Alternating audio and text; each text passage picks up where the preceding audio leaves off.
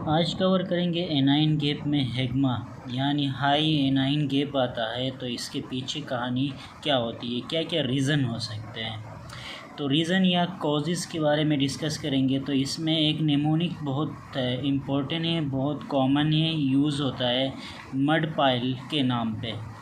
तो mud pile एक cause होता है हाई एनाइन गैप का, जो कि बाइकाप का मसला नहीं होता है, लेकिन ये जो कॉजेज़ है इनकी वजह से बाइकाप की कमी होती है और पेशेंट मेटाबॉलिक एसिडोसिस में चला जाता है और हाई एनाइन गैप आता है।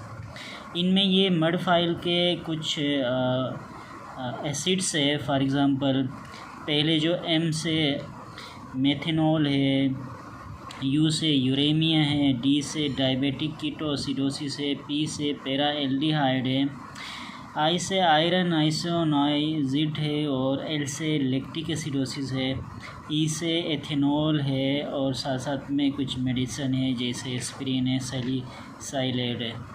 तो सबसे पहले मेथनॉल का देखेंगे। मेथनॉल क्या करता है? Actually methanol formic acid produce करता है। फॉर्मिक एसिड क्या करता है? एक एच आइंस प्रोड्यूस करता है। हमें पता है एच आइंस जिस्म में प्रोड्यूस होंगे तो पीएच कम होगा और बाइकाप कम होगा, क्योंकि बाइकाप बाइकार्बोनेट में कन्वर्ट होता है। प्रोटॉन्स जिस्म में अगर घूमते रहेंगे, एच आइंस जिस्म में घूमते रहेंगे तो क्या होगा? एसिडिक माहौल होगी, जिससे कंपनसेट कौन करेगा? या तो पीएच करेगा या तो बाइकाप करेगा, क्योंकि बाइकाप और पीएच में एच आयंस लेने की सलाहियत ज़्यादा होती है, जिसकी वजह से क्या करते हैं, पीएच का हो जाता है, पीएच प्रोटॉन्स लेता है तो पीएच का जो वैल्यू है वो गिर जाता है। इसी तरह बाइकाप है, बाइकाप अगर एच आयंस ले तो किस में कन्वर्ट होता है?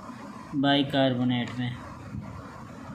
ठीक है, तो बाइकाप की डिफिशिएंसी होगी यानी कम होगी तो पीएच कम हो जाएगा, तो ये एसिडिक माहौल होगा, मेटाबॉलिक एसिडोसिस में जाएगा। लेकिन बाइकाप का मसला ही नहीं था, कोई और एसिड था, तो इसमें मेथनॉल एक कॉज हो सकता है। दूसरा यूरेमिया है। यूरेमिया में सिंपली किडनी फेल हो जाता है एसिड को बाहर निकालने में। तो जब किडनी फेल होगा तो लाजमी है यूरेमी की वजह से भी हो सकता है metabolic acidosis with high anion gap. तीसरा cause diabetic ketoacidosis. Normally sugar convert होता है एनर्जी में, लेकिन डायबिटिक कीटोएसिडोसिस में फैटी एसिड की तोड़ फोड़ स्टार्ट होती है, जिसके रिजल्ट में कुछ कीटोन्स बॉडी प्रोड्यूस होते हैं, जैसे बीटा हाइड्रोब्यूटेरिक एसिड हो गया, एसीटोन हो गया, एसीटो एसीटेट हो गया। ये 3 कीटोन्स बॉडी होती है, ये निकलते हैं और एच आइंस प्रोड्यूस करते हैं। ये जब एच आइंस ये प्रोड्यूस करेंगे, इससे पीएच कम होगा और बाइकाप कम होगा। पैरा एल्डिहाइड भी सेम है जैसे डायबिटिक कीटोएसिडोसिस है। इसमें क्या होता है? एसिटिक एसिड प्रोड्यूस होता है। एसिटिक एसिड कार्बन को प्रोड्यूस करता है। कार्बन क्या करता है? फेवर देता है किसको? एसीटो एसीटेट को कन्वर्ट कर देता है किस में?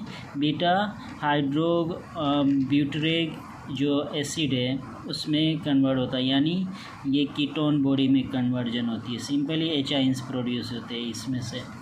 अब तीसरा आयरन आइसोनाइजिड, ये क्या करता है कि ये इनहिबिट करता है, लीवर का काम होता है लैक्टेट को पायरुवेट में कन्वर्ट करना।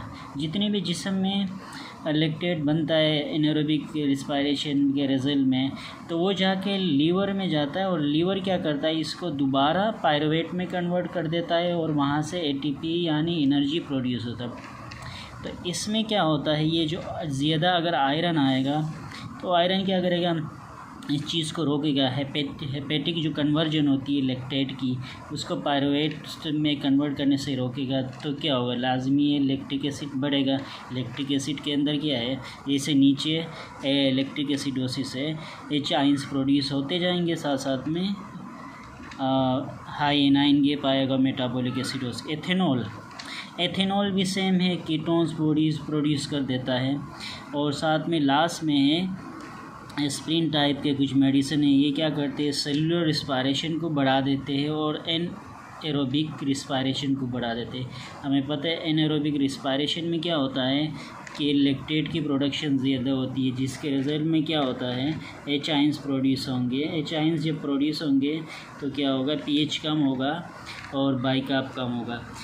नेक्स्ट जो चैप्टर हो वो होगा, सेशन होगा, उसमें हम डायबिटिक कीटोसिडोसिस को पूरा कवर करेंगे क्योंकि ये बहुत लेंदी है, और लैक्टिक एसिडोसिस को किसी दिन पूरा कर लेंगे।